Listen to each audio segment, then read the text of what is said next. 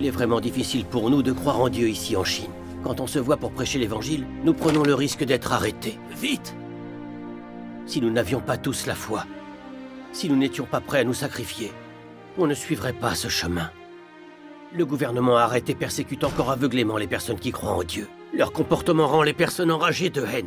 Oui. Pour ce qui est de la façon dont on traite les dirigeants, que faire pour nous assurer que nous agissons conformément à la volonté du Seigneur? Paul a dit que toute personne soit soumise aux autorités supérieures.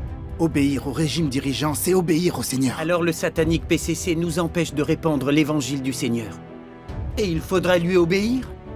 Le PCC est un parti athée. Des athées sont au pouvoir et cela signifie que Satan est au pouvoir. Et Dieu n'a jamais dit que l'homme devait obéir à Satan. Puisque nous croyons au Seigneur, nous devons écouter ses paroles et lui obéir. Amen.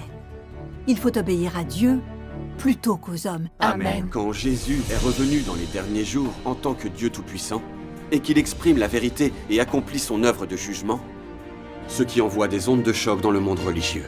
La prédication de l'éclair oriental va au-delà des limites de la Bible, donc nous n'y croyons pas. Comme nous croyons en Dieu, nous devons agir en accord avec la Bible. Nous devons suivre les paroles qu'elle contient. Abandonner la Bible, c'est nier Dieu. Amen. La foi des prêtres, des scribes, juifs et des pharisiens en Dieu était fondée sur la Bible. Ils gardaient la Bible. Mais pourquoi ils ont quand même crucifié le Seigneur Jésus? Dieu Tout-Puissant dit, ce n'étaient pas des gens qui croyaient en Dieu, mais des gens qui croyaient en la Bible. Dans le fond, ils étaient les chiens de garde de la Bible. Si on ne croyait pas en Dieu, est-ce qu'on aurait pu supporter cette souffrance, porter notre croix et suivre le Seigneur?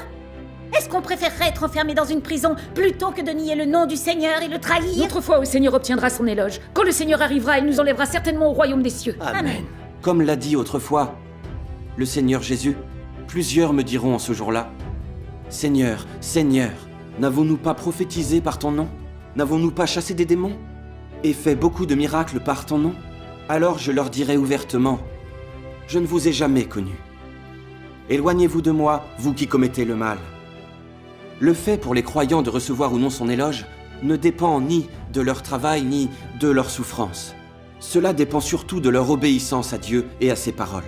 Puisque l'on croit en Dieu et qu'on le suit, nous devons accepter le retour du Seigneur Jésus. Les gens croient en Dieu, s'ils ne l'acceptent pas à son retour, le Seigneur les délaissera. Alors, qu'est-ce que cela signifie avoir foi en Dieu? Et comment notre foi peut-elle gagner son approbation? En faisant l'expérience des jugements, des châtiments donnés par Dieu, mon point de vue sur ma foi en lui a changé. Rendons grâce à Dieu. J'ai commencé à rechercher à pratiquer la vérité. Peu à peu, j'ai trouvé une foi qui peut me faire gagner le salut. Rendons grâce à Rendons Dieu. grâce à Dieu. Amen. C'est mon expérience du jugement de Dieu Tout-Puissant dans les derniers jours. Amen.